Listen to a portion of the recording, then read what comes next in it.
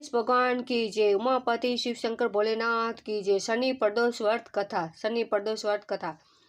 गर्गाचार्य जी ने कहा, हे मां मते, आपने शिव शंकर प्रसन्नता हेतु समस्त प्रदोष व्रतों का वर्णन किया। अब हम शनि प्रदोष विधि सुनने की इच्छा रखते हैं, सो कृपा करके सुनाए। तब सूत जी बोले, हे ऋषि, निश्चित रूप से आपका शिव पार्वती के चरणों में अत्यंत प्रेम। मैं आपको शनि त्रयोदशी के व्रत की विधि बतलाता हूँ, सो ध्यान से सुने। पुरातन कथा है कि एक निर्धन ब्राह्मण की स्त्री दरिद्रता से दुखी और शांडिल्य ऋषि के पास जाकर बोली, हे मामुने, मैं अत्यंत दुखी हूँ, दुख निवारण का उपाय बतलाए। मेरे दोनों पुत्र आपकी शरण में। मेरे ज्येष्ठ पुत्र का नाम धर्म है, जो कि राजपुत्र है, और लघु पुत्र का नाम शुचिव्रत है। अतः हम दरिद्र हैं, आप ही हमारा उद्धार कर सकते हैं। इतनी बात सुन ऋषि ने शिव प्रदोष व्रत करने के लिए कहा। तीनों प्राणी प्रदोष व्रत करने लगे। कुछ समय पश्चात प्रदोष व्रत आया। तब तीनों ने व्रत का संकल्प लिया। छोटा लड़का, जिसका नाम शुचिव्रत था, एक तालाब पर स्नान करने को गया तो उसे मार्ग में स्वर्ण कलश धन से भरपूर मिला। उसको लेकर वह घर आया। प्रसन्न हो माता से कहा कि माँ, ये धन मार्ग प्राप्त हुआ है। माता ने धन देकर श्री महिमा का वर्णन किया और राजपुत्र को अपने पास बुलाकर बोली, देखो पुत्र, यह धन हमें शिव जी की कृपा से प्राप्त हुआ है। अतः प्रसाद के रूप में दोनों पुत्र आधा आधा बांट लो। माता का वचन सुन राजपुत्र ने शिव पार्वती का ध्यान किया और बोला, पूज्य, यह धन आपके पुत्र का ही है, मैं इसका अधिकारी नहीं। मुझे शंकर भगवान और माता पार्वती जब देंगे तब लूंगा। इतना कहकर राजपुत्र शंकर जी की पूजा में लगे। एक दिन दोनों भाई प्रदेश भ्रमण का विचार किया और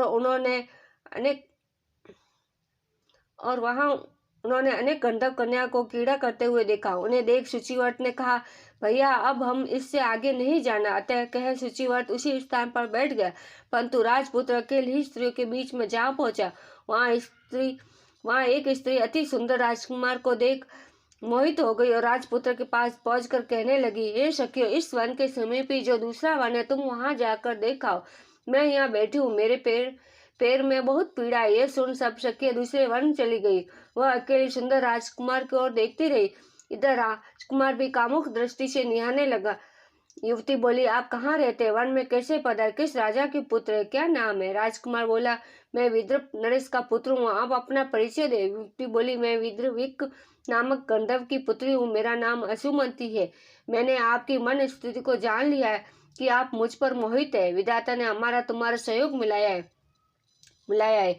युवती ने मोतियों का हार राजकुमार के गले में डाल दिया। राजकुमार हार स्वीकार करते हुए बोला कि हे भद्रे, मैंने आपका प्रेम उपहार स्वीकार कर लिया, परंतु मैं निर्धन हूँ। राजकुमार के इन वचनों को सुनकर गंधर्व कन्या बोली कि मैं जैसा कह चुकी हूँ वैसा ही करूंगी। अब आप अपने घर जाए। इतना कहकर वह गंधर्व कन्या सखियों से जा मिली।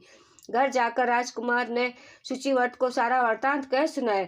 जब तीसरा दिन आया, वह राजपुत्र शुचिव्रत को लेकर उसी वन में जा पहुंचा। वहीं गंधर्व राज अपनी कन्या को लेकर आ पहुंचा। इन दोनों राजकुमार को देख आसन देखा कि मैं कैलाश पर गया था। वहां शंकर जी ने मुझसे कहा कि धर्मगुप्त नाम का राजपुत्र है, जो इस समय राज्य विहीन निर्धन है, मेरा परम भक्त है। हे गंधर्वराज, तुम उसकी सहायता करो।